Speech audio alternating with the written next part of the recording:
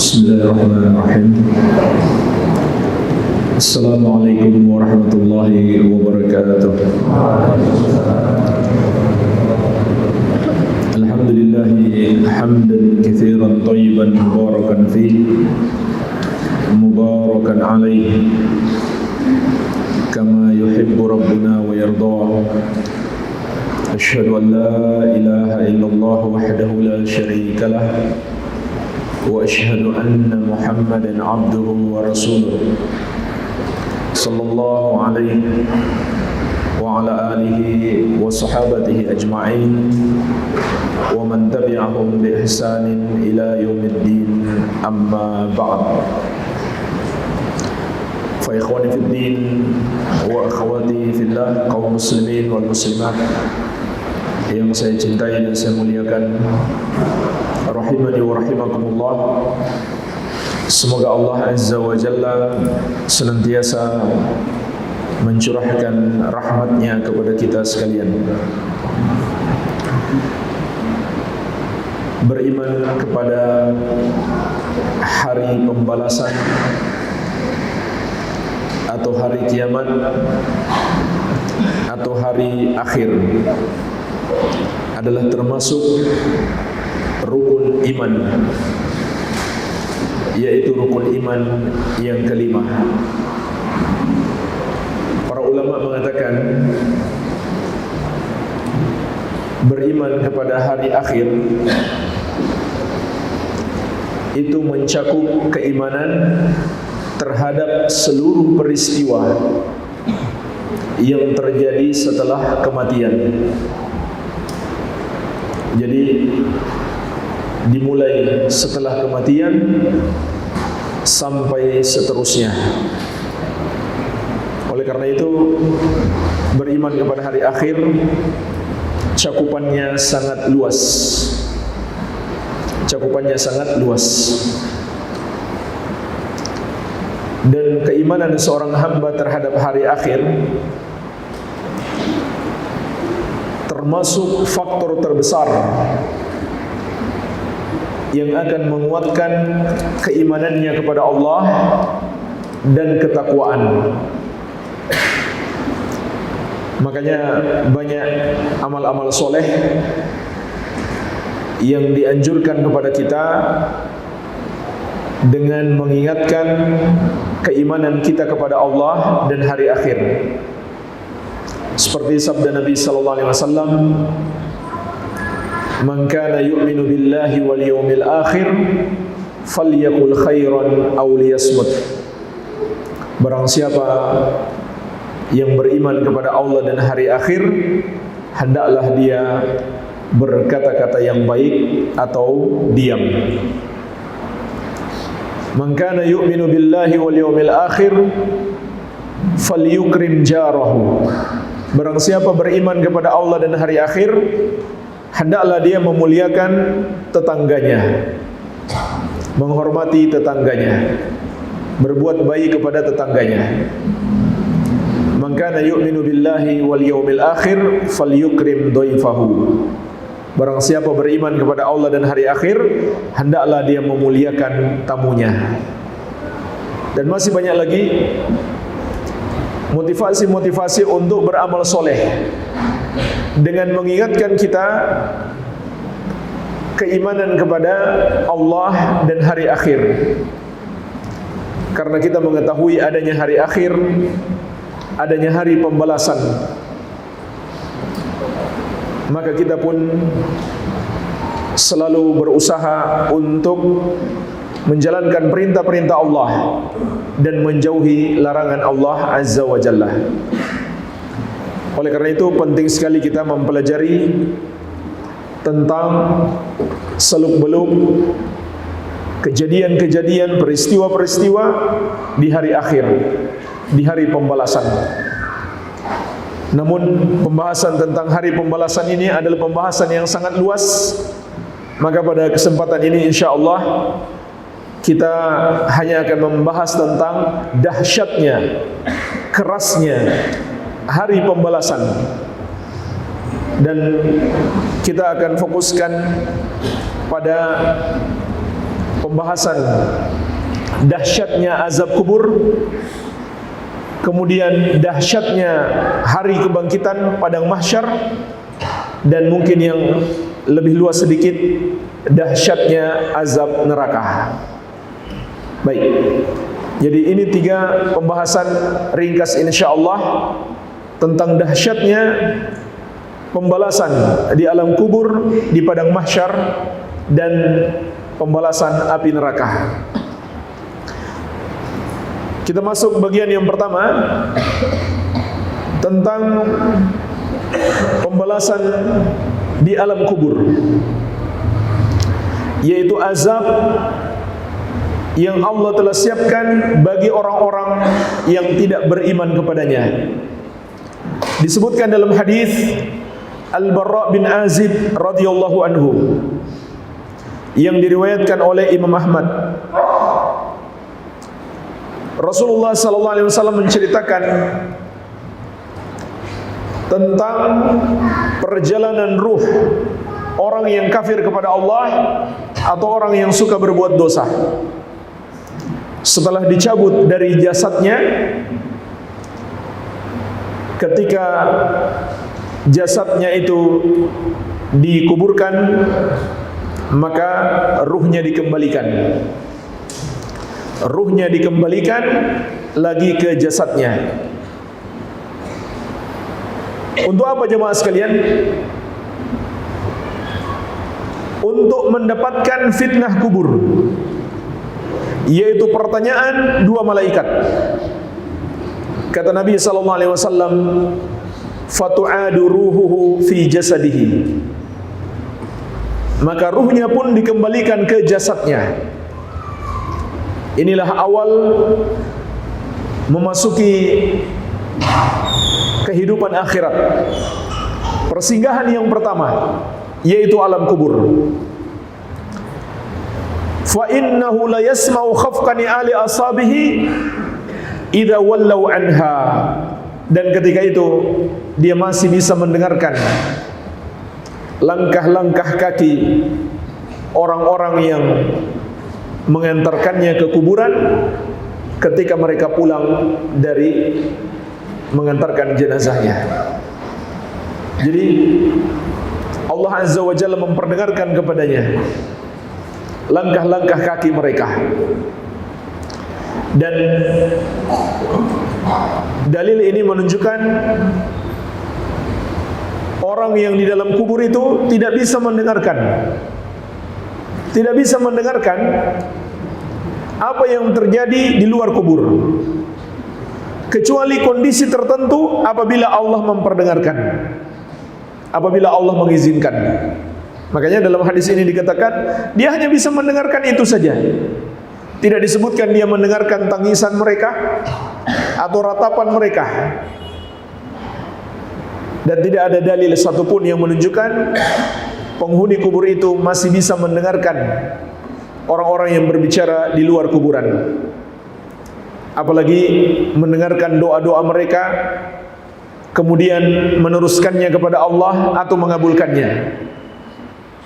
Tidak ada dalil dia bisa melakukan hal seperti itu. Dan perbuatan itu termasuk kategori kesyirikan. Kenapa? Karena doa itu adalah ibadah. Ketika doa itu dipanjatkan kepada selain Allah, berarti orang yang melakukannya telah beribadah kepada selain Allah. Iya. Wa ya'tihi malakani. Maka datanglah 2 malaikat, yaitu Munkar dan Nakir. Wa yujlisani. Kemudian 2 malaikat itu membuat dia duduk. Wa yatihi malakani syadidal intihar fayantahirani wa yujlisani. Datanglah 2 malaikat dengan sangat mengagetkan, membentaknya dan membuat dia duduk. Fayakulani lahu. Lalu mereka pun bertanya kepadanya, man rabbuka? Siapakah Rabbmu? Apa jawabannya? Ha la adri, saya tidak tahu. Dia tidak bisa menjawab siapa Rabb yang kamu sembah. Orang yang beriman tentu akan menjawab Rabbi Allah, Rabbku adalah Allah. kalau dia tidak menyembah hanya kepada Allah, dia menyembah kepada selain Allah, tidak mungkin dia bisa menjawab. Tidak mungkin dia bisa menjawab. Maka dia pun mengatakan, ha la adri. Karena dia tidak beriman kepada Allah, dia menyembah kepada selain Allah. Fayaqulu lahu ma dinuk. Lalu mereka bertanya, apa agamamu? Jemaah sekalian, seharusnya dia menjawab, wa dinil Islam. Agamaku adalah Islam. Kalau dia bukan seorang muslim, tidak mungkin dia bisa menjawab. Dan ini pertanyaannya sama saja, dan jawabannya harus sama. Tapi dia tidak mungkin bisa menjawab apabila dia bukan seorang muslim. Maka dia pun mengatakan dengan jawaban yang sama, ha la adri. Aku tidak tahu. Kemudian mereka pun bertanya, wa man nabiyuk, siapa nabimu? Seharusnya dia menjawab, Nabi Muhammad sallallahu alaihi wasallam. Tapi kalau dia bukan termasuk umat Muhammad yang beriman kepada beliau, yang meneladani beliau, maka tidak mungkin dia bisa menjawab. Dia pun menjawab dengan jawaban yang sama, ha la adri. Saya tidak tahu. Jadi dia tidak bisa menjawab semua pertanyaan malaikat Munkar dan Nakir. Siapa Rabbmu, apa agamamu, dan siapa nabimu? Maka jemaah sekalian, apa yang terjadi setelah itu? Fayunadi munadin minas sama an kadzab. Maka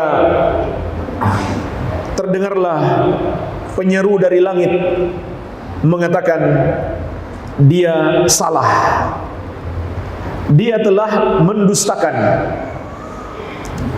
Fa'afrishu lahu minan nar waftahu lahu baban minan nar.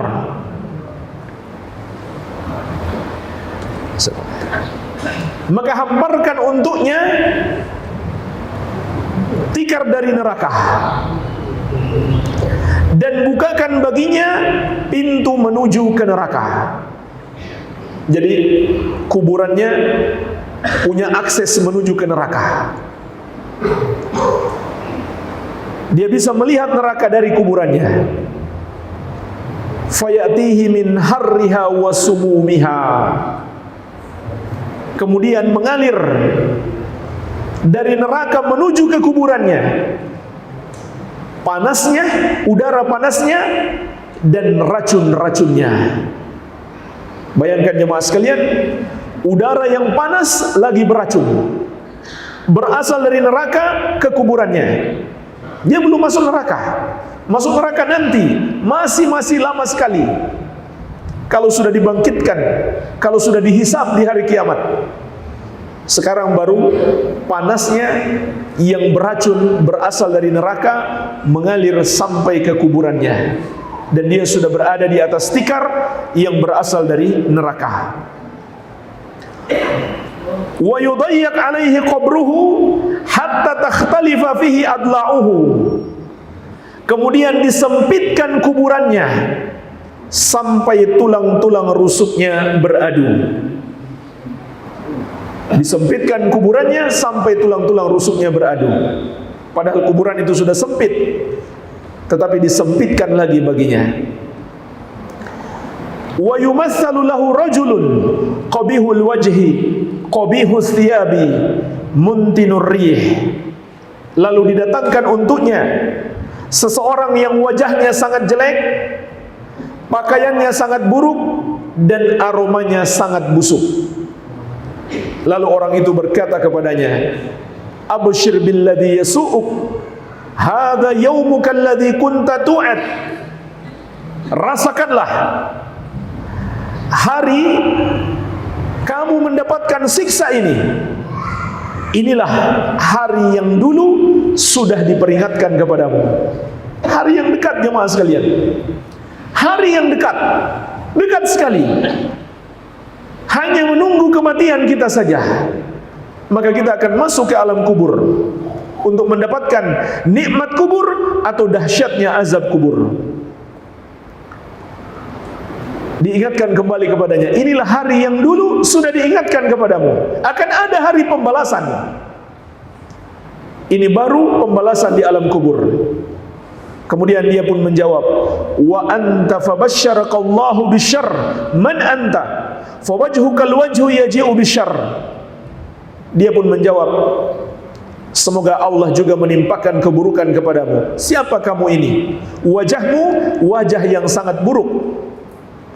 Lalu ia pun menjawab, ana amalukal khabith, akulah amal burukmu. Itulah jemaah sekalian yang menemaninya di alam kubur, amal buruknya. Maka ingatlah, tidak ada satupun harta-harta kita yang kita bawa ke alam kubur. Tidak ada mobil mewah kita yang ikut di alam kubur. Tidak ada rumah mewah kita yang ikut ke alam kubur. Tidak ada kawan setia, tidak ada kekasih yang paling kita cintai yang mau menemani kita di alam kubur. Yang ada hanyalah amal kita, apakah amal baik atau amal buruk. Fa wallahi ma alimtu illa kunta bati'an an ta'atillah sari'an ila maksiatillah. Lalu amal buruknya berkata kepadanya, demi Allah, aku tidak mengenalmu kecuali engkau ini orang yang lambat sekali dalam mengamalkan ketaatan kepada Allah dan cepat kalau berbuat maksiat. Fajazakallahu syarran, maka semoga Allah membalasmu dengan kejelekan. Summa yuqayyad lahu a'ma asam abkam fi yadihi mirzabah. Kemudian didatangkan kepadanya makhluk yang buta, bisu lagi tuli. Yang buta, tuli lagi bisu. Di tangan makhluk itu ada sebuah gada besar. Kata Nabi SAW tentang gada tersebut, lau duriba biha jabalun kana turaban. Seandainya digunakan untuk memukul sebuah gunung yang besar, maka gunung itu akan hancur lebur menjadi kepingan-kepingan pasir yang berserakan. Fayadribuhu darbatan.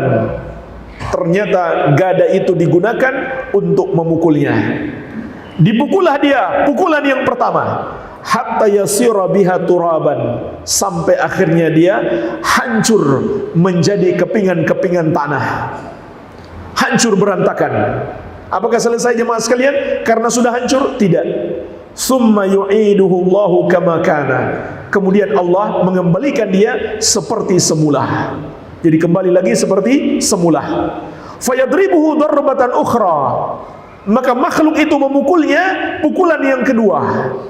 Fayasihu sayhatan.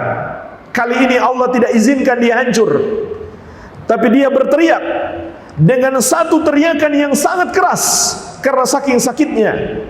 Yasma'uhu kullu syai'in illa thaqalain.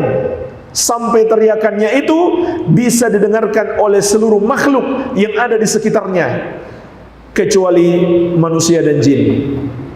Seandainya manusia bisa mendengarkan dahsyatnya teriakan orang yang diazab di alam kubur, nggak ada lagi yang berani datang ke kuburan. Summa yuftahu lahu babun minan nar yumahat min furushin nar. Pada akhirnya jemaah sekalian, dibukakan lagi untuknya pintu ke neraka dan dihamparkan baginya tikar dari neraka. Disitulah dia ditempatkan sampai kapan? Sampai hari kiamat. Namun dia berdoa kepada Allah, Rabbi la tuqimis sa'ah, wahai Rabbku, janganlah engkau tegakkan hari kiamat. Dia dikubur, diazab, disiksa dengan siksaan yang dahsyat.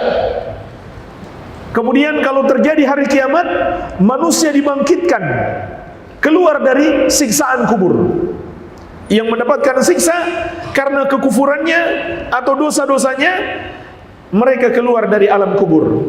Tapi dia malah berdoa kepada Allah agar tidak terjadi hari kiamat dan tidak keluar dari alam kubur. Kenapa jemaah sekalian? Karena dia sudah mengetahui kalau nanti keluar dari kubur sudah menantinya azab yang lebih dahsyat. Kalau nanti keluar dari kubur sudah menantinya azab yang lebih dahsyat. Inilah jemaah sekalian, azab yang pertama yang bisa kita bahas pada kesempatan kali ini yaitu dahsyatnya azab kubur, pembalasan di alam kubur.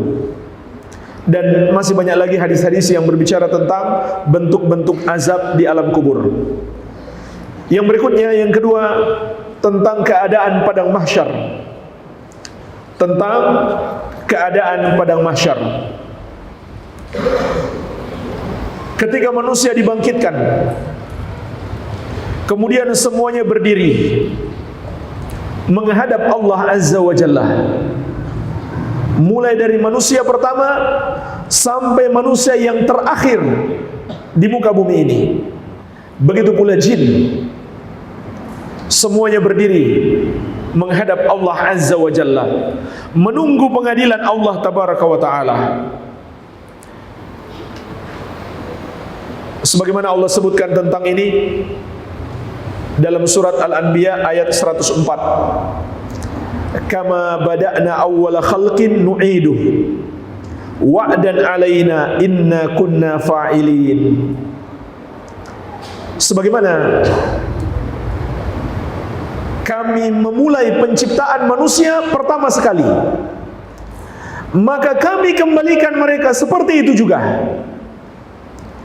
Itulah janji atas kami, benar-benar kami akan melakukannya. Maksud ayat ini jemaah sekalian, ketika kita dibangkitkan di hari kiamat, tidak ada yang menggunakan pakaian sehelai benang pun, dan tidak dikhitan. Dan di dalam hadis riwayat Muslim, Rasulullah sallallahu alaihi wasallam bersabda, "Ya ayuhan nas, innakum tuhsyaruna ila Allahi hufatan uratan gurla." Wahai manusia, sesungguhnya kalian akan dibangkitkan menghadap Allah di padang mahsyar dalam keadaan tidak beralas kaki, tidak menggunakan pakaian sehelai benang pun, dan tidak dikhitan. Kemudian Nabi SAW membaca ayat ini, surat Al-Anbiya ayat 104, yaitu Allah kembalikan seperti kita diciptakan. Maka jemaah sekalian, Aisyah radhiyallahu anha ketika mendengarkan hadis ini, beliau pun bertanya, "Ya Rasulullah, an-nisa war rijal?" Wahai Rasulullah, apakah dibangkitkan bersama laki-laki dan perempuan di padang mahsyar bersama-sama, tidak menggunakan pakaian sehelai benang pun? Maksudnya, kata beliau, apa mereka enggak saling melihat? Apa mereka tidak malu? Maka jemaah sekalian, dengarkan jawaban Rasulullah sallallahu alaihi wasallam. Ya Aisyah, al-amru ashaddu min an yanzura ba'duhum ila ba'din. Al-amru ashaddu min an yanzura ba'duhum ba'dha. Wahai Aisyah, perkara yang mereka hadapi, kengerian yang mereka hadapi, rasa takut yang menghinggapi hati mereka, itu lebih berat daripada sekedar untuk saling melihat antara satu dengan yang lainnya. Artinya apa jemaah sekalian? Untuk memperhatikan orang di sampingnya saja sudah nggak sempat. Masing-masing sibuk dengan urusannya sendiri. Masing-masing merasa takut. Bagaimana nasibnya ketika dihisab oleh Allah Azza wa Jalla? Apakah akan ke surga atau ke neraka? Jadi bayangkan dahsyatnya hari itu. Laki-laki perempuan tidak menggunakan pakaian sehelai benang pun di tempat yang sama, tapi untuk melihat ke orang lain sudah nggak sempat, karena masing-masing merasa takut dengan urusannya sendiri, dengan hisabnya sendiri. Inilah jemaah sekalian gambaran kengerian di padang mahsyar di hari ketika manusia dibangkitkan. Kemudian Nabi SAW juga mengabarkan kepada kita, matahari didekatkan. Matahari didekatkan sejauh 1 mil. Matahari didekatkan sejauh 1 mil. Fayakunu nasu ala qadri a'malihim fil araq. Maka manusia pun berkeringat karena saking panasnya. Karena saking panasnya manusia berkeringat. Namun keringat mereka berbeda-beda sesuai keadaan amal mereka, sesuai dengan amal mereka masing-masing. Faminhum man yakunu ila ka'bai, maka di antara mereka ada orang yang keringatnya sampai kedua mata kakinya. Wa minhum ma yakunu ila rukbatai, dan di antara mereka ada yang keringatnya sampai kedua lututnya. Wa minhum ma yakunu ila haqwai, dan di antara manusia ada yang keringatnya sampai ke pinggangnya. Wa minhum man yakunul ard yuljimuhu iljaman, dan di antara mereka ada orang yang keringatnya menenggelamkan dia. Dia tenggelam dengan keringatnya sendiri. Ini hadis diriwayatkan oleh Al-Bukhari dan Muslim.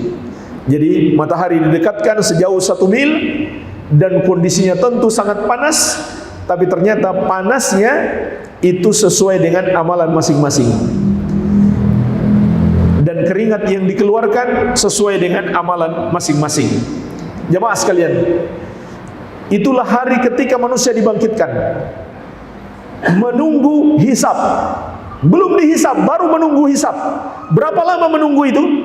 Disebutkan di dalam hadis yang diriwayatkan Imam At-Tabarani dari sahabat yang mulia Ibnu Mas'ud radhiyallahu anhu, dan hadis ini disahihkan oleh Syekh Al-Albani. Kata Rasulullah sallallahu alaihi wasallam, "Yajma'ullahu al-awwalina wal akhirin limiqati yaumin ma'lum qiyaman arba'ina sanah syakhisatan absaruhum yantadhiruna faslal qada." Allah mengumpulkan manusia, begitu pula jin, sejak yang pertama sampai yang terakhir, di satu tempat pada hari yang sudah ditentukan, yaitu hari kiamat. Mereka semuanya berdiri selama 40 tahun lamanya, dan pandangan mereka terus terjaga, terus menunggu akan datangnya pengadilan bagi mereka. Jadi itu baru hari menunggu, dalam keadaan mereka tidak menggunakan pakaian sehelai benang pun, dan matahari didekatkan sejauh 1 mil, dan mereka berkeringat sesuai dengan keringat masing-masing. Ini belum surga dan neraka, ini baru di padang mahsyar, belum pula dihisab, belum diadili, baru menunggu hari pengadilan selama 40 tahun lamanya. Tetapi jemaah sekalian, bagi orang-orang yang beriman, waktu yang lama itu Allah buat jadi singkat. Ini kekuasaan Allah. Allah Maha mampu melakukannya.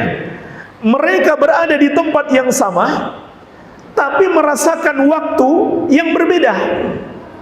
Merasakan waktu yang berbeda. Allah Maha mampu melakukannya. Allah Maha mampu melakukannya. Sebagaimana jemaah sekalian, hadis-hadis yang berbicara tentang hisab, Allah akan berbicara langsung dengan setiap hamba. Allah berbicara langsung dengan setiap hamba tanpa ada penerjemah. Sebagaimana sabda Nabi SAW, "Ma minkum min ahadin illa sayukallimuhu rabbuhu laisa bainahu wa bainallahi turjuman." Tidak seorang pun dari kalian kecuali Allah akan berbicara kepadanya tanpa ada antara dia dengan Allah penerjemah, langsung berbicara kepadanya Allah. Itulah yang namanya hisab. Dihisab satu persatu, Allah berbicara kepada masing-masing kita. Dan jemaah sekalian, itu dilakukan secara bersamaan. Itu dilakukan secara bersamaan. Kalau gantian, bayangkan lamanya. Dilakukan bersamaan. Dan yang perlu kita petik pelajaran di sini, betapa hebatnya kekuasaan Allah. Allah Maha mampu melakukan itu secara bersamaan. Padahal Allah esa, Allah satu, tapi Allah Maha mampu melakukan itu secara bersamaan. Di dunia ini pun seperti itu juga. Seandainya jemaah sekalian, seluruh makhluk berdoa, dan kita kan sering berdoa bertepatan bersamaan, seperti kita dalam sholat atau dalam sujud kita. Seringkali kita berdoa bertepatan bersamaan. Apakah sulit bagi Allah untuk mendengarkan? Jangankan sebagian makhluk, seluruh makhluk sekalipun, semuanya bersama-sama berdoa, maka tidak sulit sedikit pun bagi Allah untuk mendengarkan masing-masing dan mengabulkan semuanya, walaupun mereka meminta dengan permintaan yang berbeda-beda. Ini kekuasaan Allah. Nah, jemaah sekalian, sedikit faedah di sini. Hadis seperti ini dijadikan jawaban ulama terhadap orang yang menolak turunnya Allah ke langit dunia hanya berdalih dengan akal-akalnya. Kalau keyakinan ahlu sunnah, ini salah satu cara kalau kita ingin mengenal orang itu mengikuti jalan ahlu sunnah. Kalau kita ingin tahu seorang ustadz, seorang dai, seorang ulama ini adalah seorang pengikut ahlu sunnah, maka di antara prinsip akidah ahlu sunnah wal jamaah dalam mengimani sifat-sifat Allah adalah mengimani sesuai zahirnya. Mengimani sesuai zahirnya. Jadi ketika Allah mengabarkan kepada kita bahwa Allah di atas arsy, di atas langit yang ketujuh, maka ulama salaf, ulama ahlu sunnah dahulu, sahabat tabi'in dan tabi'in, mereka imani seperti yang Allah katakan. Tidak ada yang menakwilkan dengan penakwilan-penakwilan yang mereka buat-buat sendiri. Tidak ada yang mengatakan maksud di atas arsy bukan betul-betul berada di atas, tidak. Allah tidak di mana-mana, nggak ada yang berkata begitu. Tidak ada di masa sahabat ada orang yang mengatakan Allah tidak di atas, tidak di bawah, tidak di mana-mana. Itu akidah yang baru. Itu ucapan yang baru. Tidak pula ada yang mengatakan Allah di mana-mana. Semuanya mengatakan seperti yang Allah katakan dalam Al-Qur'an, Ar-Rahman 'alal 'arsy istawa. Allah yang Maha Penyayang istiwa di atas arsy. Begitu pula sifat-sifat zat Allah. Allah kabarkan kepada kita Allah memiliki tangan, Allah memiliki wajah. Maka para sahabat mengimani sesuai zahirnya. Tidak ada sahabat yang mengatakan maksud tangan di situ bukan tangan beneran, maksudnya kekuasaan.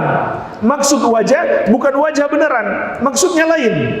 Tidak ada yang berkata begitu. Mereka mengimani sesuai zahirnya. Nah, jemaah sekalian, yang ingin saya contohkan terkait dengan pembahasan kita,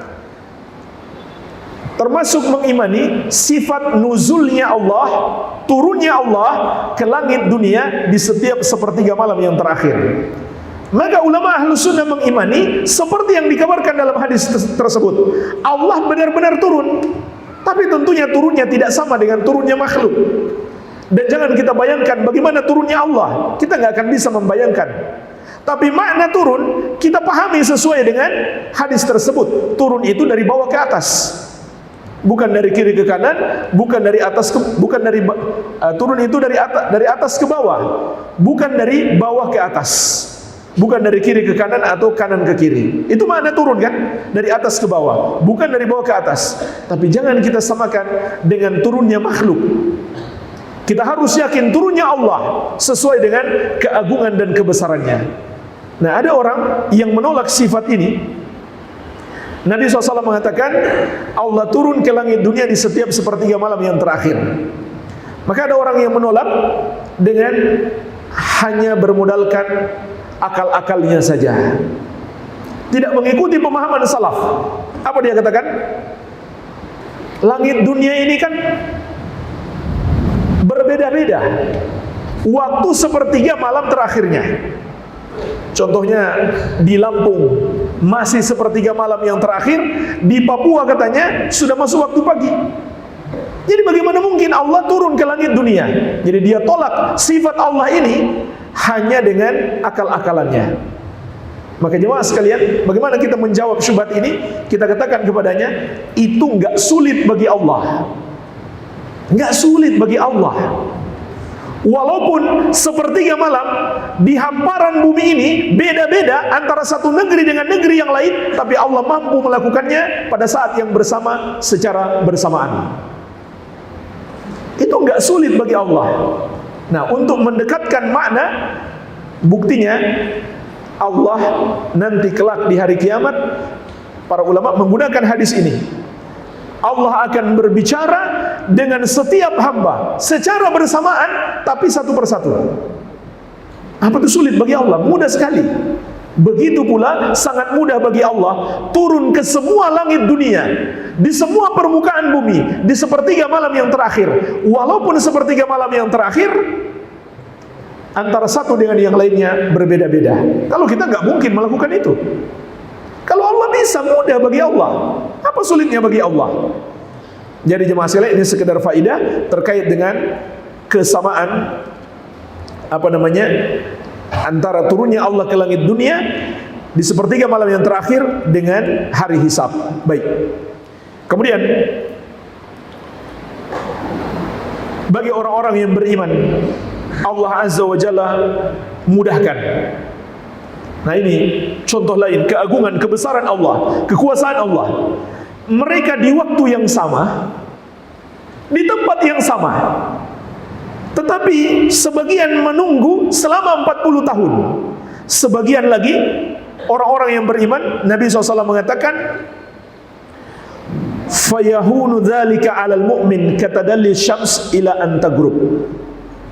Allah mudahkan waktunya untuk orang-orang yang beriman. Hanya seperti matahari mulai tergelincir sampai matahari terbenam.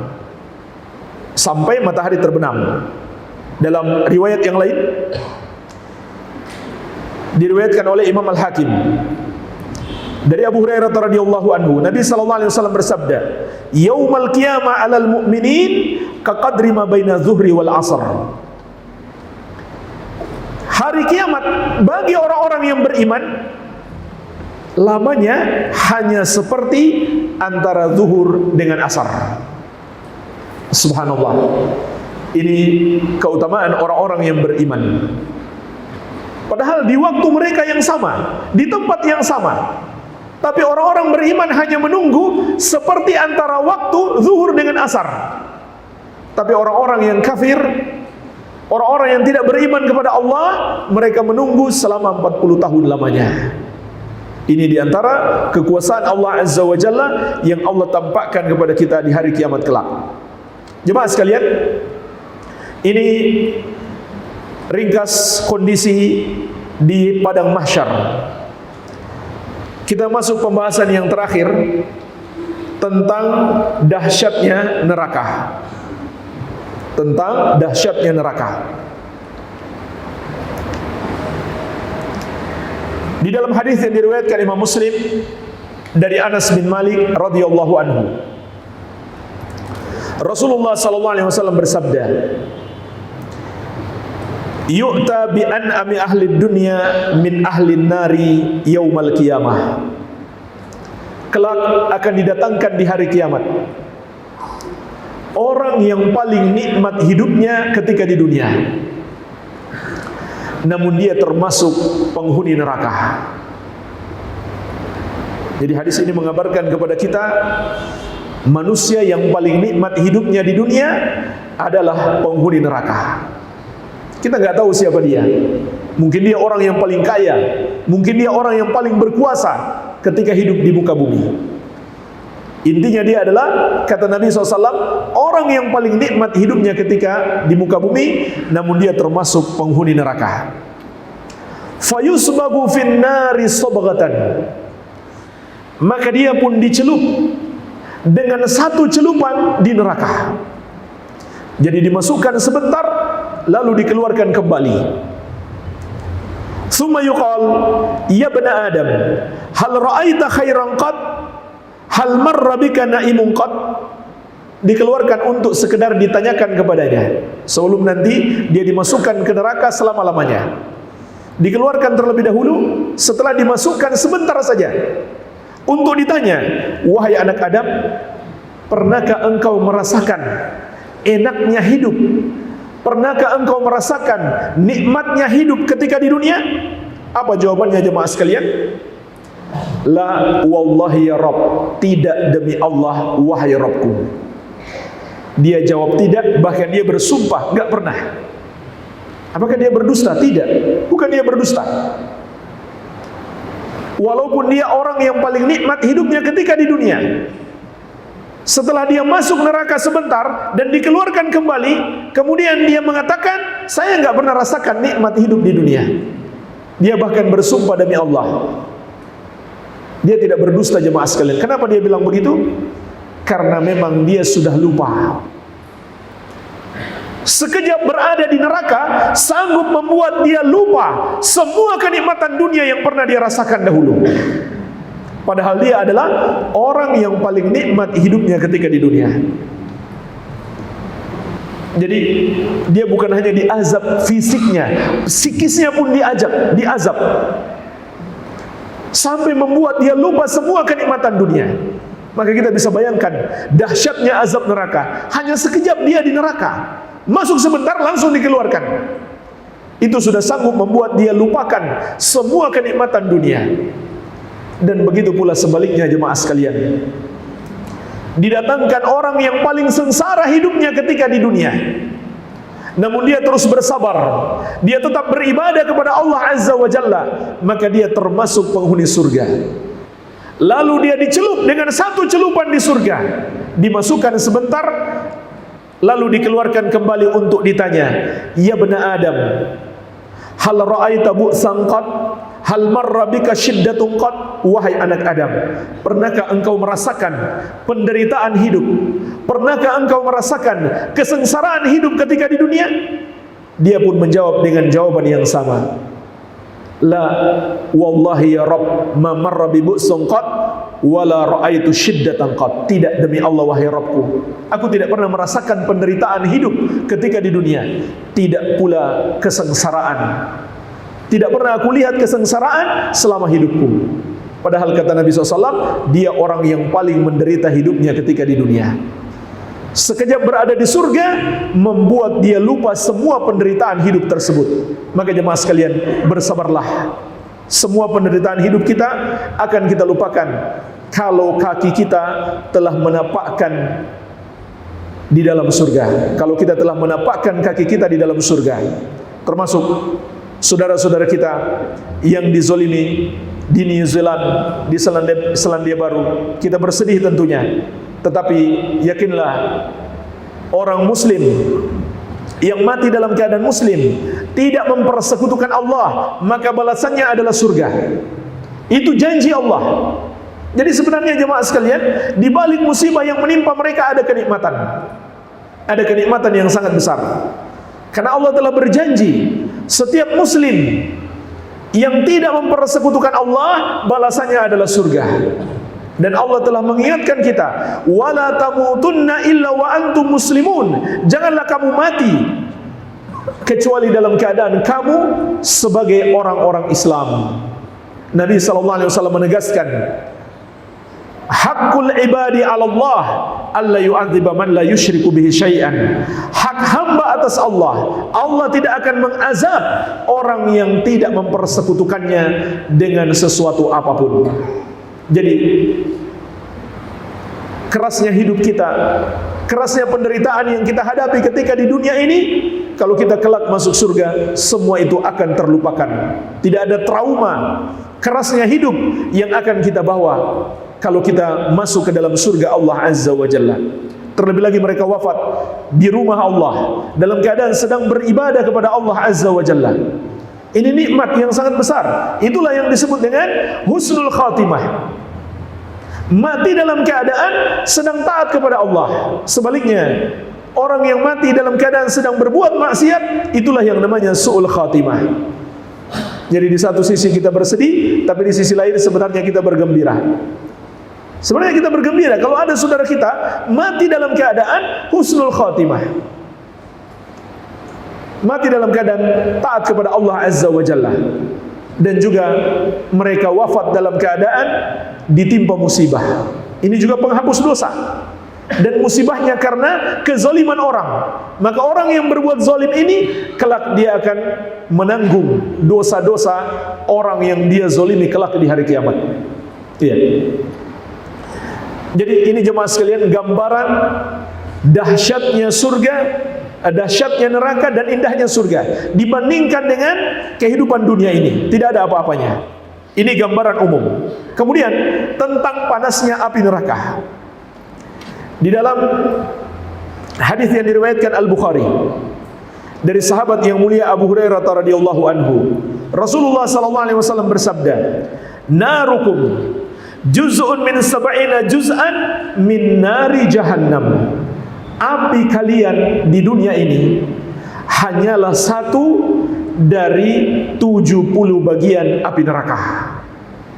Jadi bayangkan jemaah sekalian, api kita di dunia yang sanggup membuat besi meleleh, yang sanggup menghancurkan gedung-gedung, yang sanggup menghancurkan apa saja di muka bumi ini, itu ternyata baru satu bagian. Maka neraka itu dikalikan menjadi 70 kali lipat. Jadi subhanallah, luar biasa dahsyatnya panas api neraka. Kemudian tentang belenggu dan pakaian penghuni neraka, Allah sebutkan di surat Al-Haqqah ayat ke-32, "Tsumma fi silsilatin dzar'uha sab'una dzira'an fasluku." Kemudian belitlah dia dengan rantai yang panjangnya 70 hasta. Dikatakan oleh Ibnu Abbas radhiyallahu anhu dalam tafsir beliau terhadap ayat ini. Jadi makna belitlah dia dengan rantai yang panjangnya 70 hasta. Yasluku fi duburihi hatta yakhruja min kharaihi hatta la yakum ala rijlaihi. Yaitu rantai tersebut masuk melalui duburnya, kemudian keluar di wajahnya, sampai akhirnya kakinya itu menggantung, tidak sampai ke tanah atau tidak berdiri di atas kakinya. Jadi dia seperti dipanggang di rantai tersebut.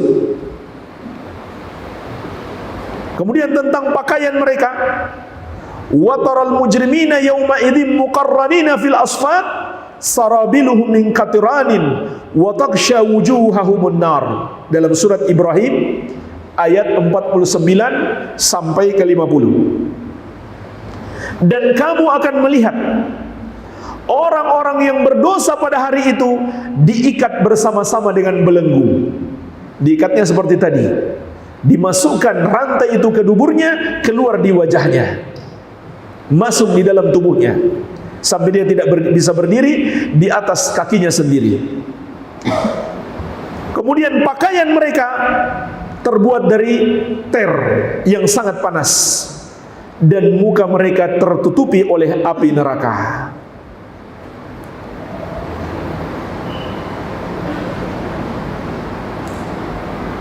Ini jemaah sekalian tentang belenggu dan pakaian penghuni neraka.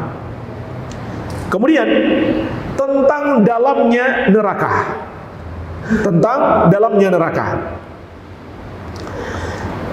Diriwayatkan oleh Imam Muslim dari Abu Hurairah radhiyallahu anhu.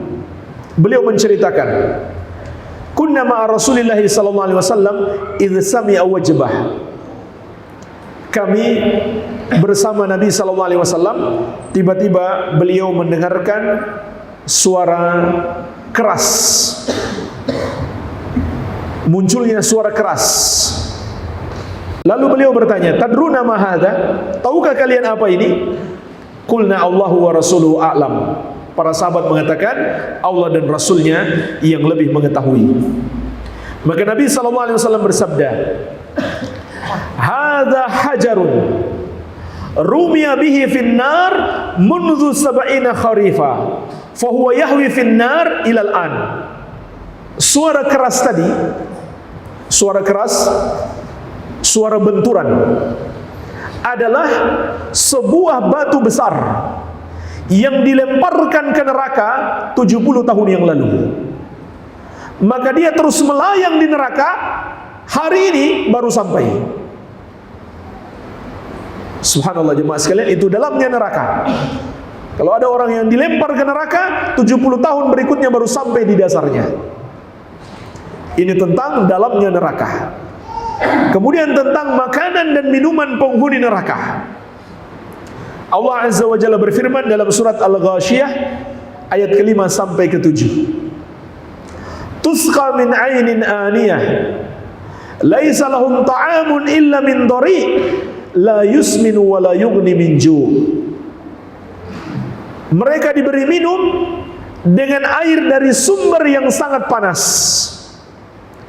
Mereka tidak mendapatkan makanan selain dari pohon yang berduri, yang tidak menggemukkan dan tidak pula menghilangkan lapar. Mereka makan, mereka minum, tapi tidak gemuk-gemuk, tidak pula menghilangkan haus dan lapar mereka. Dalam surat Al-Haqqah ayat 36 sampai ke 37.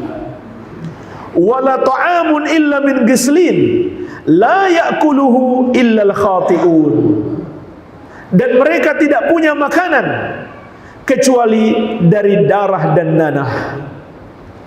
Tidaklah yang memakannya kecuali orang-orang yang berdosa. Kemudian dalam surat As-Saffat mulai dari ayat ke-62 sampai ayat 70 tentang makanan penghuni neraka. Dan siapa itu penghuni neraka? Adzalika khairun nuzulan am syajaratuz zakum? Kata Allah, makanan surga itukah hidangan yang lebih baik ataukah pohon zakum? Inna ja'alnaha fitnatan lidzalimin.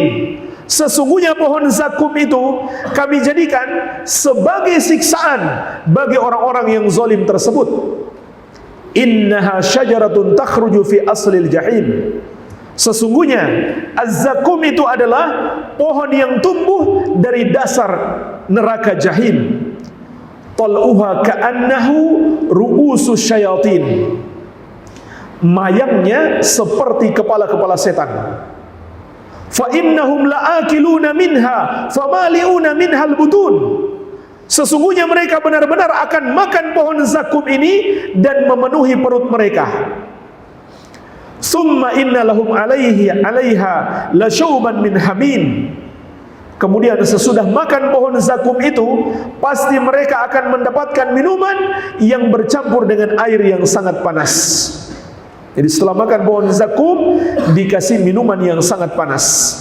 Summa inna marji'ahum la ilal jahim. Kemudian sesungguhnya tempat kembali mereka ke neraka jahim. Innahum alfau aba'ahum dhalin fahum ala atharihim yuhra'un. Karena sesungguhnya mereka mendapati bapak-bapak mereka dalam keadaan sesat, lalu mereka sangat tergesa-gesa mengikuti jejak orang tua mereka tersebut. Ini jemaah sekalian, di antara penghuni neraka menjadi sesat kenapa? Gara-gara mewariskan tradisi nenek moyang. Mereka akan makan pohon zakum dan minum air panas yang mendidih, yang bercampur dengan nanah dan darah. Inilah makanan dan minuman penghuni neraka. Kemudian tentang luasnya neraka. Tentang luasnya neraka.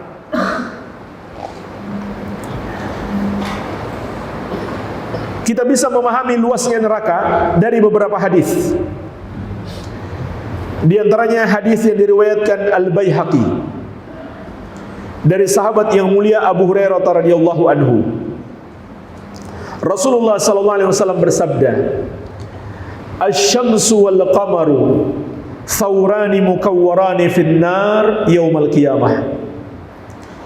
Matahari dan bulan bagaikan dua ekor sapi yang dilemparkan di neraka di hari kiamat. Jadi matahari dan bulan Allah masukkan ke dalam neraka. Kenapa Allah masukkan matahari dan bulan ke dalam neraka? Tentu bukan azab bagi matahari dan bulan, karena mereka adalah makhluk yang selalu tunduk kepada Allah. Mereka bukan makhluk yang berbuat dosa. Ada dua jawaban ulama atau penjelasan ulama mengapa matahari dan bulan dimasukkan ke neraka. Yang pertama, untuk dijadikan bahan bakar api neraka di samping manusia dan batu. Matahari dan bulan pun menjadi bahan bakar api neraka. Kemudian yang kedua, untuk menghinakan orang-orang yang menyembah matahari dan bulan. Untuk menghinakan mereka, ini yang kalian sembah, tidak berdaya apa-apa, dimasukkan ke dalam neraka. Jadi ini gambaran luasnya neraka. Matahari yang sangat besar, bulan yang sangat besar, masuk ke dalam neraka bersama orang-orang yang berdosa. Kemudian juga hadis yang lain yang menggambarkan tentang luasnya neraka.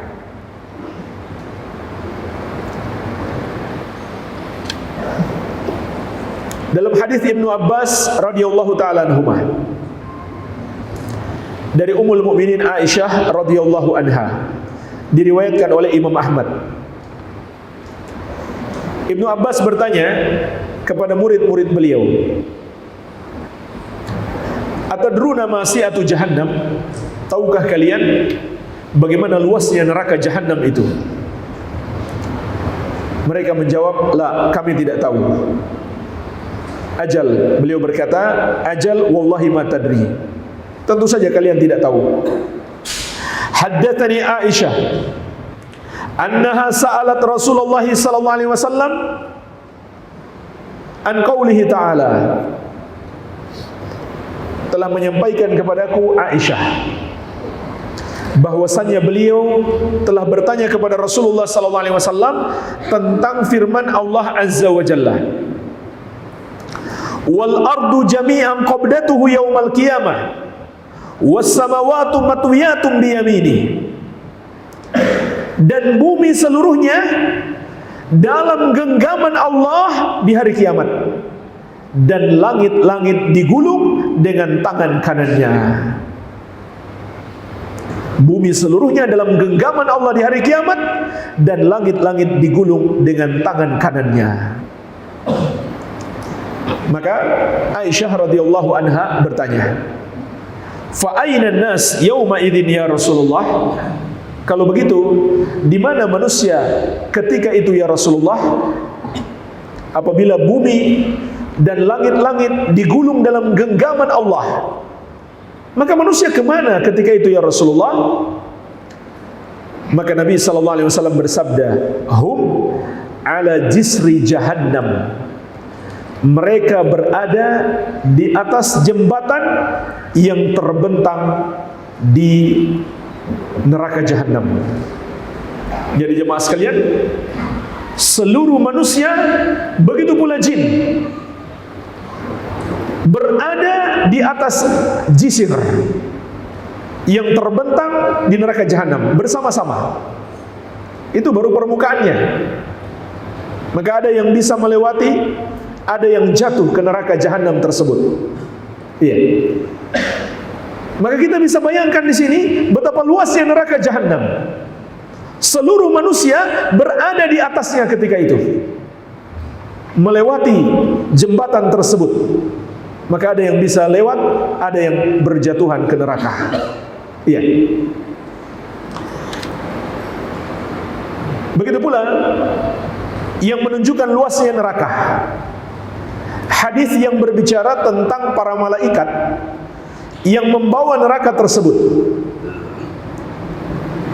Hadis ini diriwayatkan oleh Imam Muslim dari Ibnu Mas'ud radhiyallahu anhu. Rasulullah sallallahu alaihi wasallam bersabda, "Yu'ta bi jahannam yauma idzin laha sab'una alfa zimamin ma'a kulli zimamin sab'una alfa malakin yajurrunaha." Didatangkan neraka Jahannam pada hari itu. Maka neraka Jahannam itu memiliki 70.000 tali kekang. Dan setiap satu tali kekangnya ditarik oleh 70.000 malaikat. Jadi berapa jumlah malaikat di situ? Berapa? Masya Allah, cepat sekali antum hitung. 70.000 kali 70.000. Ini menunjukkan kepada kita betapa banyaknya malaikat yang menarik neraka. Kalau begitu neraka itu sangat luas. Kemudian jemaah sekalian, kondisi tubuh orang kafir penghuni neraka. Disebutkan dalam riwayat Muslim dari Abu Hurairah radhiyallahu anhu, Rasulullah sallallahu alaihi wasallam bersabda, "Ma baina mankibai al-kafir finnar masiratu salasati ayamin lirraqib al-musri." Antara dua bahu orang kafir di neraka adalah seperti jarak perjalanan 3 hari untuk pengendara yang sangat cepat. Jadi orang-orang kafir itu Allah jadikan tubuh mereka sangat besar. Antara dua bahunya harus menempuh perjalanan 3 hari seperti perjalanan di muka bumi ini dengan pengendara yang sangat cepat. Begitu pula dalam riwayat Muslim dari Abu Hurairah radhiyallahu anhu, Nabi sallallahu alaihi wasallam bersabda, "Dirsul kafir aw nabul kafir mithlu Uhudin wa ghilazul jildihi masiratu salasin." Gigi taring orang kafir seperti gunung Uhud dan tebal kulitnya seperti perjalanan 3 hari. Apa tujuannya jemaah sekalian? Agar mereka lebih merasakan dahsyatnya hari kiamat. Bagaimana kondisi mereka ketika mendapatkan azab? Apakah mereka hidup atau mereka akhirnya mati? Maka ketahuilah, mereka tidak hidup, tidak pula mati. Sebagaimana Allah sebutkan dalam surat Toha ayat ke-74. Innahu may ya'ti rabbahu mujriman fa inna lahu jahannam la yamutu fiha wa la yahya. Sesungguhnya barang siapa menghadap Rabbnya dalam keadaan berbuat dosa, maka baginya neraka Jahannam, dia tidaklah hidup di dalamnya, tidak pula mati. Ini baru betul-betul dinamakan setengah mati. Tidak hidup, tidak pula mati. La yamutu fiha wa la yahya. Mereka pun menangis, menyesali diri mereka di neraka. Tetapi penyesalan dan tangisan tidak ada lagi gunanya ketika itu. Seperti apa tangisan mereka? Disebutkan dalam hadis yang diriwayatkan Imam Al-Hakim dari sahabat yang mulia Abu Musa Al-Asy'ari radhiyallahu anhu, dan hadis ini disahihkan oleh Syekh Al-Albani. Rasulullah sallallahu alaihi wasallam bersabda, "Inna ahlan nari la yabquna fin nar hatta law ujriyatis sufun fi dumu'ihim lajarat wa innahum la yabquna dam."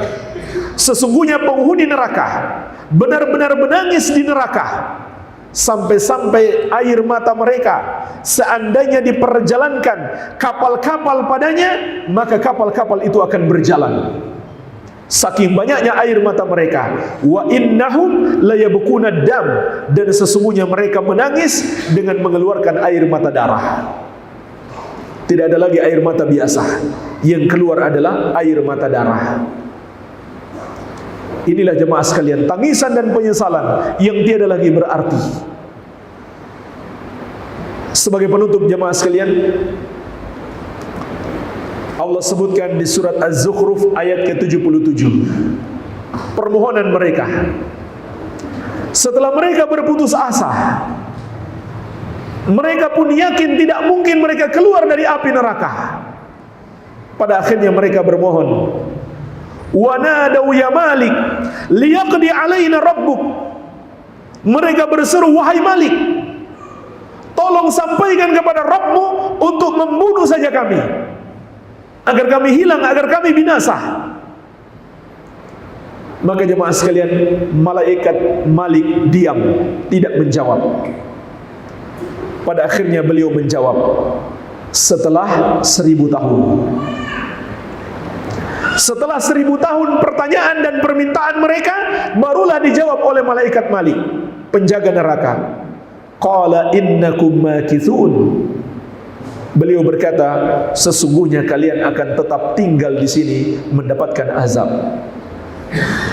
Maka jemaah sekalian, inilah sedikit peringatan gambaran dahsyatnya azab neraka. Masih banyak yang belum kita sampaikan, yang belum kita bahas tentang dahsyatnya azab kubur, dahsyatnya hari kiamat dan hari kebangkitan, serta dahsyatnya azab neraka. Semoga yang sedikit ini bisa menjadi pengingat bagi jiwa-jiwa kita yang lalai dan menjadi nasihat agar kita bersiap menghadapi dahsyatnya hari kiamat, dan semoga kita semuanya termasuk orang-orang yang Allah selamatkan dari kerasnya azab Allah Azza wa Jalla. Barangkali ada pertanyaan, saya persilahkan. Kalau sudah disampaikan sedikit tapi maknanya dalam pesan itu dari saatnya.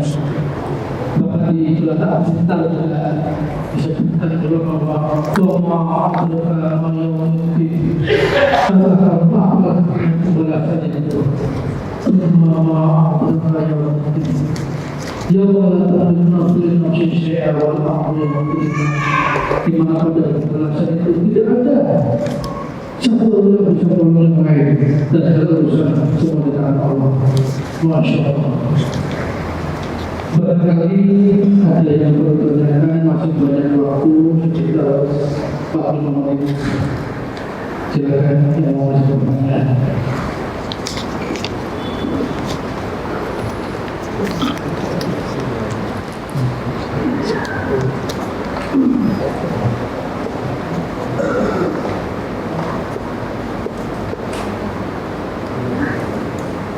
Saya jawab, Pak. Bismillah. Ustaz, apakah surga dan neraka pada saat ini sudah ada? Dan apakah penghuninya? Dan adakah penghuninya sekarang? Jawabannya sudah ada. Akidah Ahlus Sunnah wal Jamaah, surga dan neraka itu sudah ada, sudah diciptakan. Akan tetapi penghuninya belum ada. Penghuninya belum ada. Bagaimana sudah ada? Yang pertama akan masuk surga adalah Rasulullah sallallahu alaihi wasallam kelak di hari kiamat. Kemudian umat beliau. Dan beliau bersabda, nahnul akhiruna al-awwaluna yaumal qiyamah. Kita ini umat terakhir, tapi yang pertama masuk surga di hari kiamat. Iya. Jadi masuk surga dan masuk neraka itu belum, nanti. Setelah melewati alam kubur, setelah kehancuran dunia ini, setelah padang mahsyar, kemudian hari hisab, lalulah ditetapkan surga atau neraka. Namun surga dan neraka itu sudah diciptakan. Lalu bagaimana dengan hadis-hadis bahwa Nabi SAW telah melihat penghuni surga dan penghuni neraka? Maka itu hanya diperlihatkan kondisi yang akan datang. Contohnya Nabi SAW bersabda, "Ittala'tu fil jannah fara'aitu aktsara ahliha al-fuqara wa ittala'tu fin nar fara'aitu aktsara ahliha an-nisa." Aku melihat ke surga. Ternyata kebanyakan penghuni surga itu adalah orang-orang miskin, orang-orang fakir. Karena jemaah sekalian, lebih banyak orang selamat dengan ujian kemiskinan daripada ujian kekayaan. Dan orang yang banyak hartanya, hisabnya lebih panjang. Sedikit yang selamat dari hisab itu. Makanya kebanyakan penghuni surga adalah orang-orang fakir.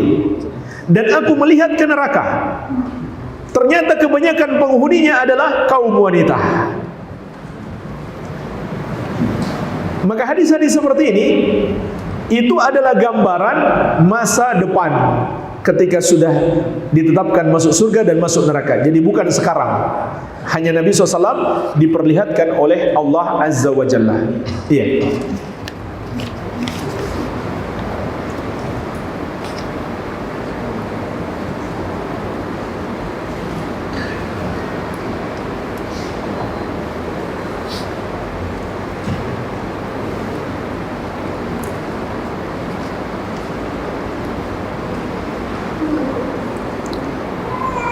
Bolehkah bermazhab?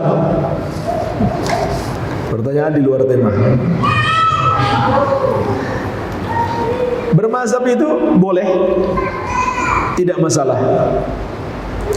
Bahkan membantu untuk belajar fikih, membantu. Yang tidak boleh adalah fanatik terhadap mazhab, apalagi sampai mengatakan wajib bermazhab. Nggak ada dalilnya kita wajib bermazhab. Fanatik bermazhab itu contohnya ada pendapat mazhabnya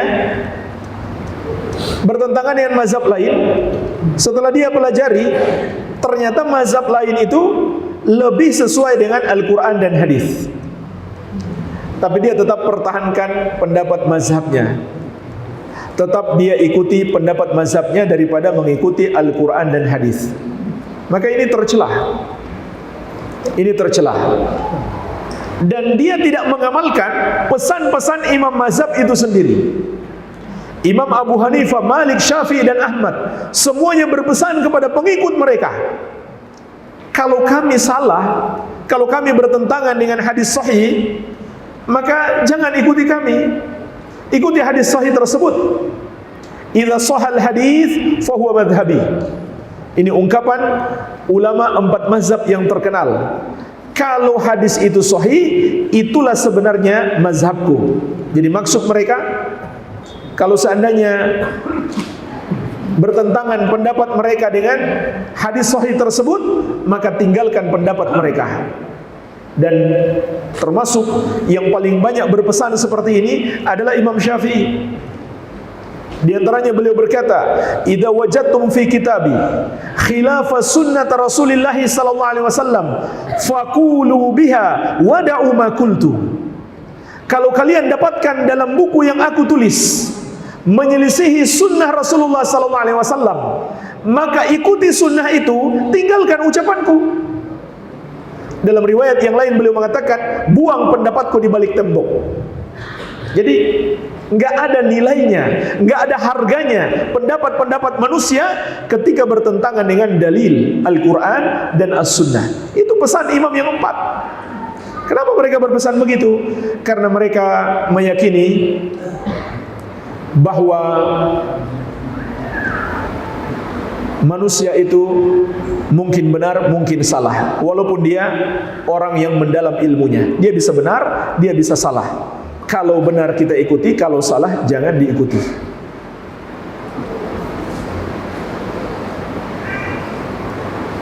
Apa pada hari kebangkitan Dajjal juga dibangkitkan oleh Allah?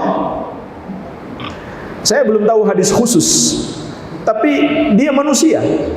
Manusia seluruhnya akan dibangkitkan. Saya belum tahu ada pengecualian Dajjal nggak dibangkitkan. Maka dia manusia, dia tetap akan dibangkitkan oleh Allah Azza wa Jalla seperti manusia yang lain. Wallahu a'lam.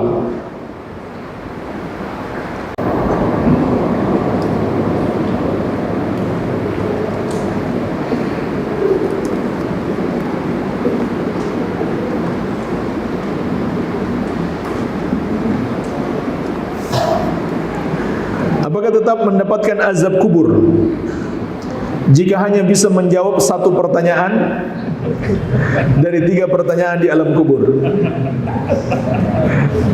Saya juga belum tahu dalilnya. Jadi kalau kita berbicara peristiwa-peristiwa, keadaan-keadaan di alam kubur, tentu kita harus berdasarkan dalil. Kita nggak tahu dalilnya, kita diam saja. Kita imani sesuai dengan ilmu yang kita ketahui. Karena Allah berfirman, "Wala taqfu ma laysa laka bihi ilmun.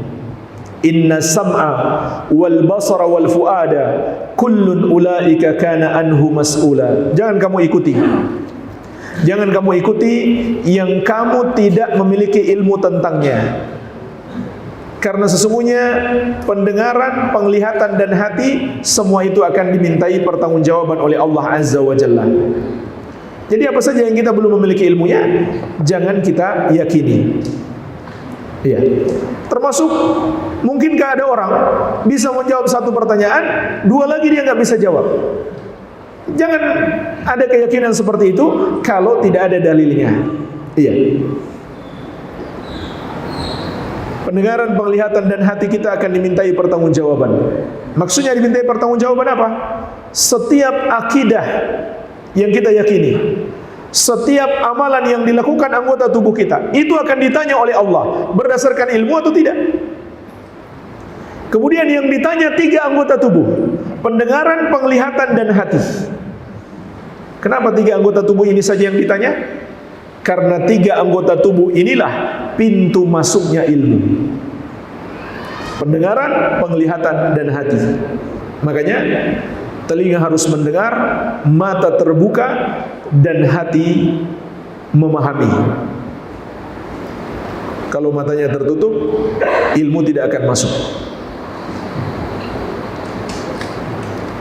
Apakah semua muslim pasti merasakan azab kubur? Dan apakah mereka akan dimasukkan ke dalam surga?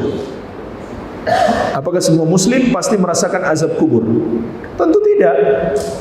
Yang merasakan azab kubur hanya orang-orang yang berdosa.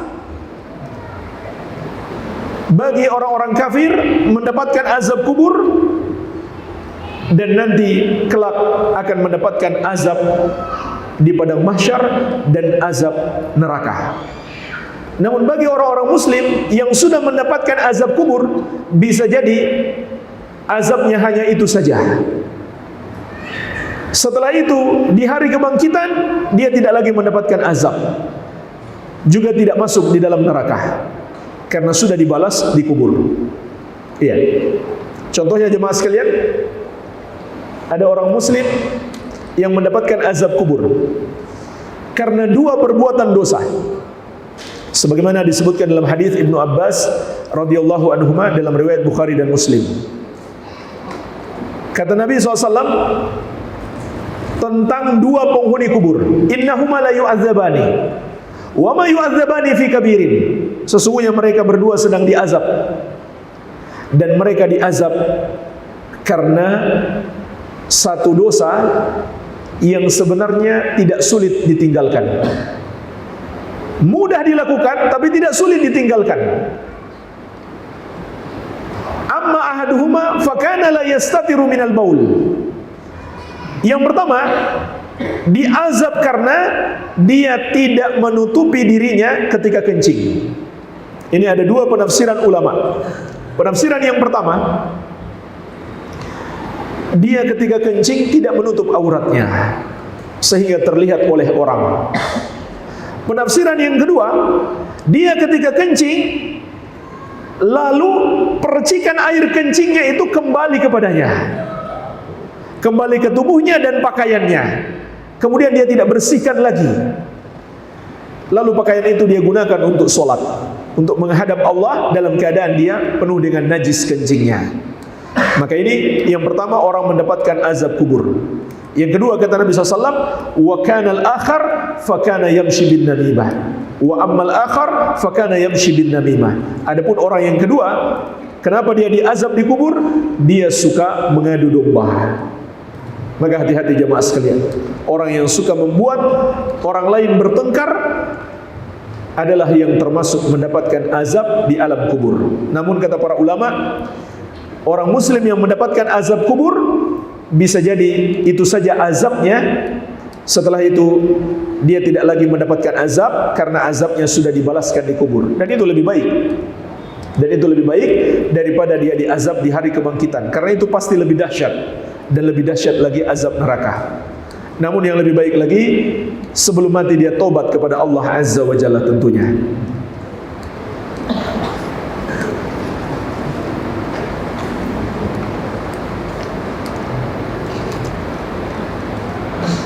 Tentang doa atau salam ketika melewati kuburan, apakah benar saat itu siksaan kubur berhenti? Apa ada dalil hadis yang menguatkan? Saya belum tahu hadis khusus, tetapi namanya doa, kalau Allah kabulkan bahkan bisa jadi berhenti semuanya, bukan hanya berhenti sesaat saja. Kalau Allah mengabulkannya, ketika kita mendoakan saudara kita yang mungkin sedang mendapatkan azab, bisa jadi Allah ampuni dia dan dia tidak lagi mendapatkan azab Allah Azza wa Jalla sama sekali. Iya.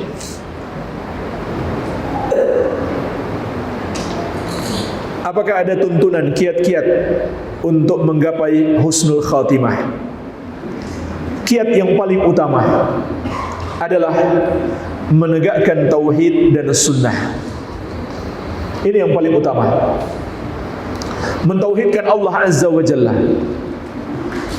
Karena tauhid itu faktor terbesar hamba mendapatkan pertolongan Allah. Tauhid adalah faktor terbesar seorang hamba mendapatkan pertolongan Allah, sehingga akhirnya dia menggapai husnul khatimah. Sampai setan pun mengakui orang yang mentauhidkan Allah, yang memurnikan ibadah hanya untuk Allah, tidak berbuat dosa syirik, maka dia tidak akan bisa menyesatkannya. Allah sebutkan di surat Shad ayat 82-83 tentang sumpah setan. Qala fa bi'izzatika la ughwiyannahum ajma'in illa ibadaka minhumul mukhlasin. Setan bersumpah, demi kemuliaanmu ya Allah, aku akan menyesatkan manusia semuanya kecuali hamba-hambamu yang ikhlas. Apa arti hamba yang ikhlas? Hamba yang memurnikan ibadahnya hanya untuk Allah semata-mata dan menjauhi semua dosa syirik. Sebagaimana juga Allah berfirman dalam surat Fussilat ayat ke-30.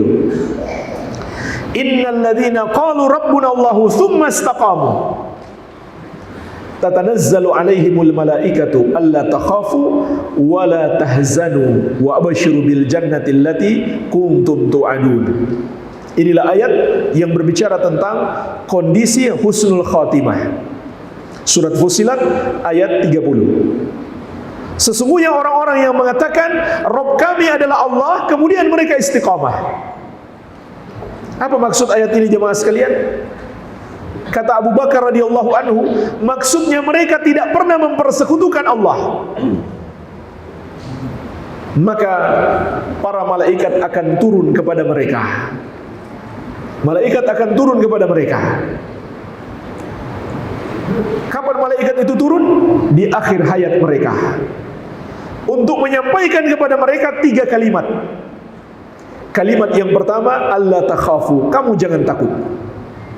Maksudnya kata para ulama, Allah telah memberikan jaminan keamanan terhadapmu dari azab kubur, azab di hari kebangkitan maupun azab neraka.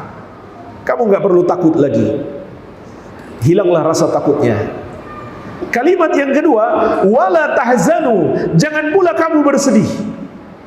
Maksudnya adalah kamu nggak usah khawatir dengan keluarga yang kamu tinggalkan.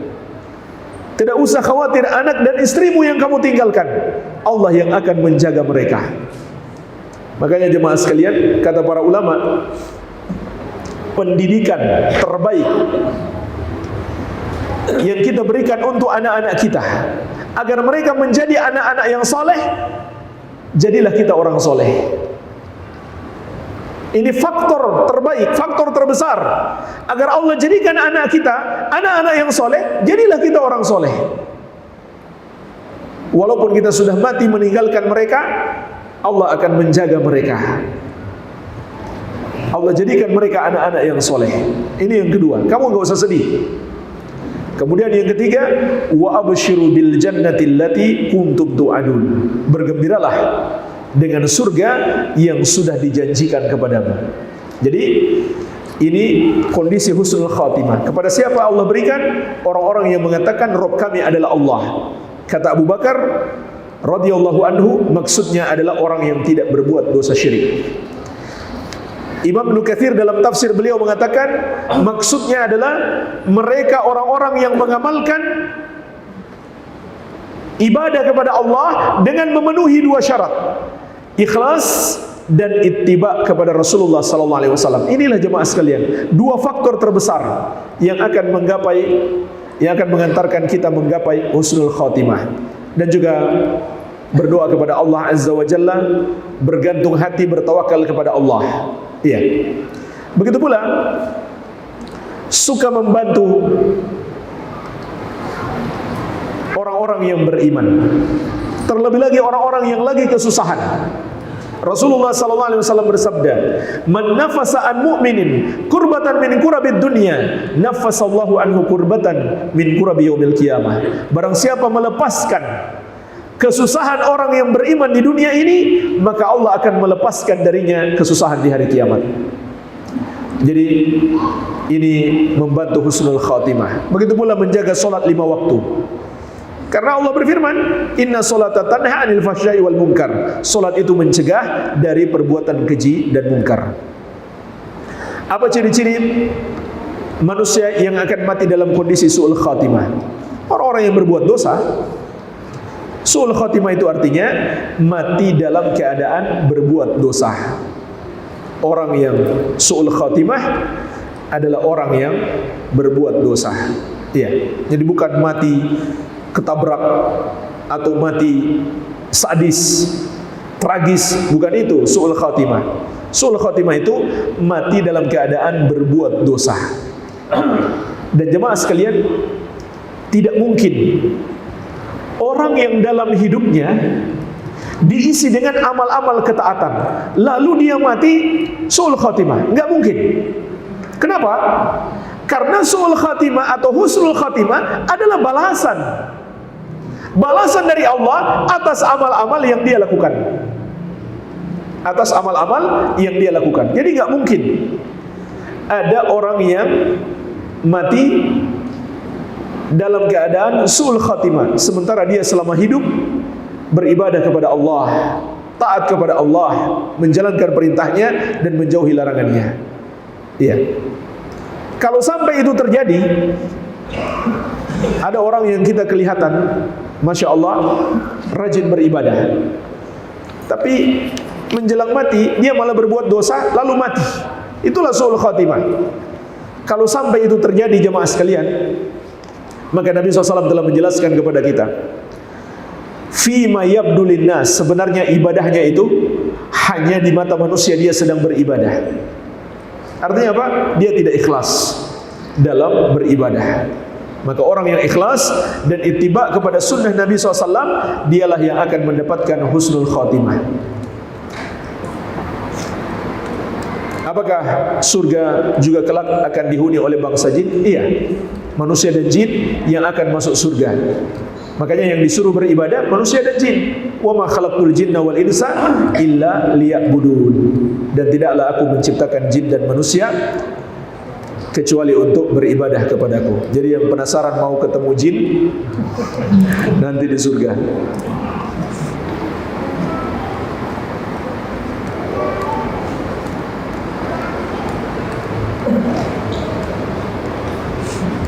Adakah waktu orang yang mati pertama akan sama yang mati sama orang terakhir pada hari kiamat?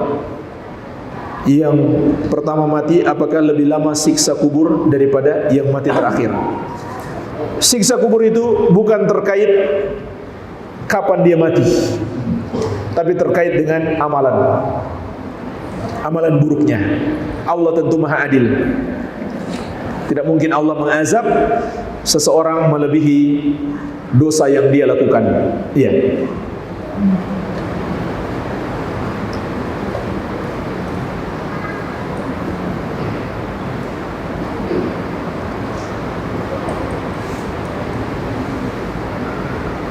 Hadis Rasulullah sallallahu alaihi wasallam,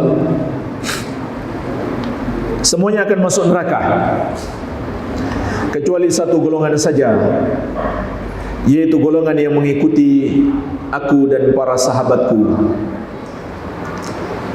Pertanyaan, untuk menjadi satu golongan ini tentunya perlu suatu fanatisme agar bisa konsisten dan istiqamah. Bagaimana bisa menjadi satu golongan yang bisa masuk surga kalau tidak ada fanatik? Kalau maksudnya fanatik itu berpegang teguh dengan ajaran Nabi sallallahu alaihi wasallam, itu bukan fanatik namanya, itu namanya istiqamah. Kalau seandainya itu dibilang fanatik, maka itu hal yang baik. Walaupun orang bilang kamu fanatik, itu hal yang baik.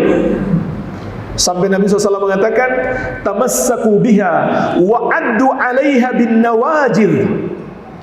Pegang teguh sunnah itu dan gigit dengan gigi gerahammu. Jadi pegang erat-erat, kuat-kuat, jangan dilepaskan sedikit pun. Mungkin ada orang mengatakan itu fanatik, tidak masalah. Itu bukan fanatik yang buruk. Seandainya itu kita sebut sebagai fanatik, fanatik kepada kebenaran. Yang salah itu fanatik kepada ucapan-ucapan manusia. Padahal ucapan itu bertentangan dengan dalil. Itu yang tercelah. Kalau kita fanatik terhadap pendapat para ulama, padahal kita sudah tahu itu salah, tidak sesuai Al-Quran dan hadis. Karena ulama itu manusia biasa, dia bisa benar bisa salah. Kalau benar kita ikuti, kalau salah jangan diikuti.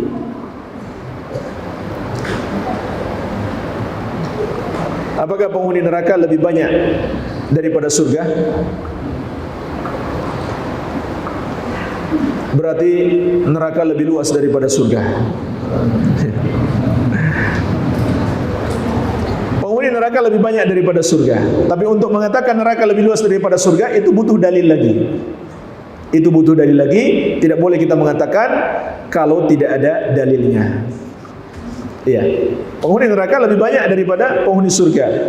Dalil-dalil menunjukkan seperti itu. Allah Azza wa Jalla berfirman, wa qalilun min ibadiyasy syakur. Sangat sedikit hamba-hambaku yang bersyukur. Sangat sedikit hamba-hambaku yang bersyukur. Wa in tuti aktsara man fil ardi yudilluka an sabilillah. Kalau kamu mengikuti kebanyakan orang di muka bumi, maka mereka akan menyesatkan kamu dari jalan Allah Azza wa Jalla. Apakah mati hari Jumat adalah salah satu ciri-ciri mati husnul khatimah?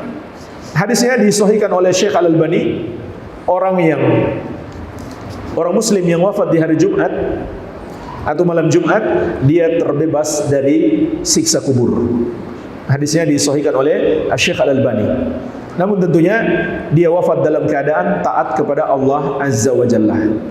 Termasuk saudara-saudara kita yang wafat di New Zealand kemarin di hari Jumat, semoga Allah bebaskan mereka dari siksa kubur.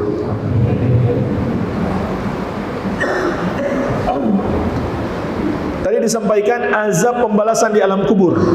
Bagaimana yang tidak di azab di alam kubur? Seperti menunggu dibangkitkan di padang mahsyar. Maksudnya, bagaimana yang tidak diazab di alam kubur seperti menunggu dibangkitkan di padang mahsyar? Semuanya akan menunggu dibangkitkan di padang mahsyar. Tapi orang kalau sudah selamat di alam kubur, seterusnya selamat. Seterusnya selamat. Kalau sudah selamat di alam kubur. Iya. Yang tidak selamat di alam kubur terbagi menjadi dua. Kalau dia orang kafir, maka di padang mahsyar azabnya lebih berat. Kemudian yang lebih berat lagi azab neraka. Azab neraka setelah padang mahsyar. Tapi kalau dia orang muslim dan mendapatkan azab di kubur, bisa jadi azab kubur itu sudah cukup baginya, di padang mahsyar tidak lagi. Bisa jadi dia dapat lagi di padang mahsyar, kemudian dia langsung masuk surga, tidak lagi masuk neraka. Bisa jadi dia masuk neraka juga, tapi dia tidak kekal di neraka. Ini kemungkinan orang yang masih muslim. Tapi kalau orang kafir, na'udzubillah, dia mendapatkan semua azab tersebut. Mohon rekomendasi kepada siapa saya harus menimba ilmu agama di Surabaya. Saya tidak banyak kenal ustadz di Surabaya, hanya sedikit yang saya kenal, di antaranya Ustadz Mubarak Bamu Alim, Ustadz Fadlan Fahamsyah, Ustadz Abdurrahman Tayyib, hafizahumullah ta'ala. Mungkin masih banyak lagi yang tentunya saya belum kenal. Itulah yang saya kenal, insyaallah para ustadz yang mengajarkan sunnah Nabi SAW, bermanhaj ahlus sunnah wal jamaah.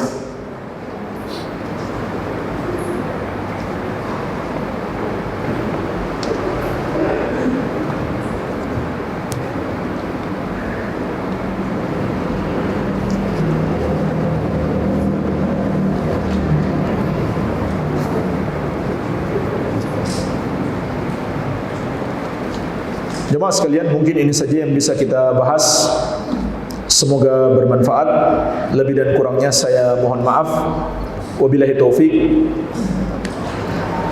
Tidak lupa saya ucapkan terima kasih yang sebesar-besarnya kepada DKM Masjid Al-Mu'ti, kemudian panitia dan seluruh hadirin wal hadirat. Jazakumullahu khairan. Semoga Allah membalas dengan kebaikan.